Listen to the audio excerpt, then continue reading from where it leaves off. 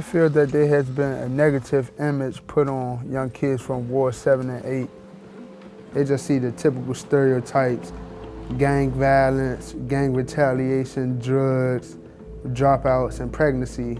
Most of us don't succeed and we are hoodlums. I think that's what the perception of Ward 7 and Ward 8 is.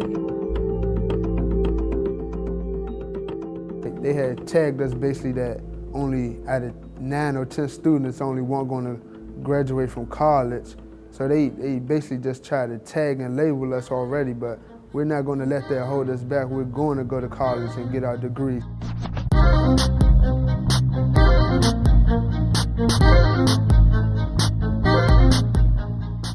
The College Success Foundation focuses primarily on helping low-income kids who have high potential but have very little hope or opportunity of going to college. We give them the support they need to make sure they're prepared to go to college and then that they're successful. The challenge with Ward 7 and 8 is first geographic. Ward 7 and 8 is really cut off from the rest of the city. Therefore, it is always left out of the mainstream of what's happening in the District of Columbia. DC has a graduation rate of about 9% from college.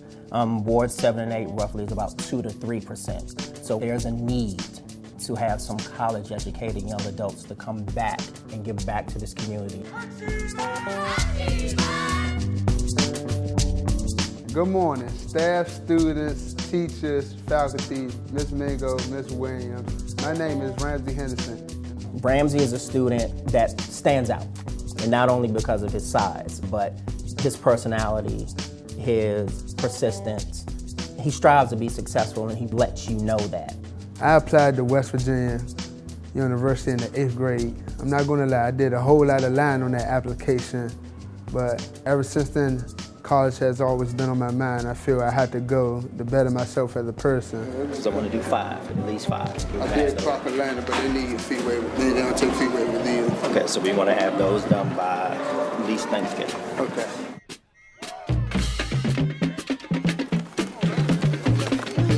What the HERO program is about is helping these underrepresented young men who have that academic potential, but they actually need that little bit of help, that support and push, so to speak, to actually get them into college and graduate from college. We do SAT preparation. We also take the young men on field trips to sort of improve their social skills. Pretty much the things that are going to make them be successful, not only in high school and college, but life.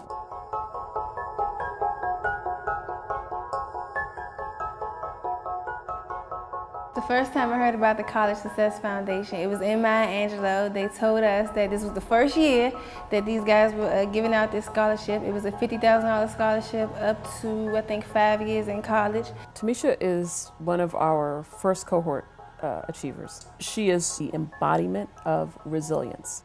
Coming from where I come from, going up the way that I grew up, I didn't have that much support. So coming into college with that mind state that I don't have support, I think that is very discouraging. Tamisha is in many ways an example of the young women from Ward 7 and 8. She is a young lady of very high ambition. She fights to be here every single day, and she has to overcome a lot of barriers to her academic and personal and social success. At the beginning of the class, we talked about life chances, whether your race, class, or gender, which one gives you better life chances? I put G for none. I don't have none of these. I just think that I'm poor because I was born poor. Okay. But I'm happy poor. Honestly, I believe that without this scholarship and without the people that comes with this scholarship, I may not even be a junior in college. I might not have even got past that. When you become a DC achiever, one of our responsibilities and our mottos is brother, sister, keepers. If you see one person slacking, like, come on, man, let's get on track. So like we had to look out for each other. A lot of times when you talk to the current cohort of achievers, they always talk about the family that they have when it comes to the achievers. Yeah, we offer the money, but the money is not what's gonna keep you there or what's gonna help you when you're struggling. You can teach students about education and applying to college and doing those things, but it's that relationship that they have with their mentor that sort of gets them over the hump and gives them the extra confidence they need to be successful.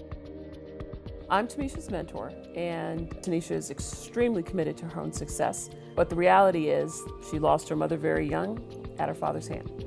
And she's been on her own for so long that there are times when she feels as though I can't rely on other people, and so I'm going to have to struggle through this by myself. Monica Gray is my mentor. She has saved me so many times, I can't even explain. There has been times where I could not get to school because I didn't have gas money. And Ms. Gray, well, I have gift cards. And if I don't go to class, she will make me. When I change my number, she hunts me down. And I know that, like I said, when I graduate, she is going to be there. This is a young woman who, when you listen to the statistics and you listen to her story, people be like, my gosh, the ending to her story must be she's on the street somewhere, or she's on drugs, or she's pregnant, or, fill in the blank with any type of negative activity that you can think of. And when you look at everything that she came from and what she has turned into, she is a true testament, a true story. She is everything that our kids can be. Well, today we have a very special guest that I wanted to bring to speak to you. She is a Cohort 1 achiever, and her name is the Miss Lovely, Beautiful Tamisha Scott. A little bit about how I grew up. When I was 3, my dad killed my mom. We went to Texas for like 2 years, but I grew up here. I grew up in Southeast Benning Road, to let y'all know. And my aunt, who I was living with, which is my guardian, she relapsed, and she started back smoking. And so from there on, I grew up in a crack house. Therefore, I had to take care of myself. But I still graduated from high school and I still went to college. So therefore, I feel like, I don't know what y'all going through, but if we are going through the similar things, I feel like that I can relate to you. And there's no excuse why you can't go to school and why you can't make it. You've heard from Tamisha, you've heard from Ramsey. There are thousands of Tamishas and Ramseys, but we will never be able to provide them the opportunity without your help. We all have to come together, and we have to finance these kinds of programs to ensure that our kids are successful. And then we have to do things to encourage that they come back so that they can continue to be examples to their parents, their guardians, their little brothers and sisters. But before they can do that, we need your help to get them into college, through college, and successful in college. Good morning, Miss Williams, Miss Mingo, Mr. Whittle. My name is Tanya Jones. My name is Leslie Blackburn. My name is Damian Johnson. My name is Deshawn Sutherland. My name is Ramsey Henderson. This fall, I will be attending Delaware State University.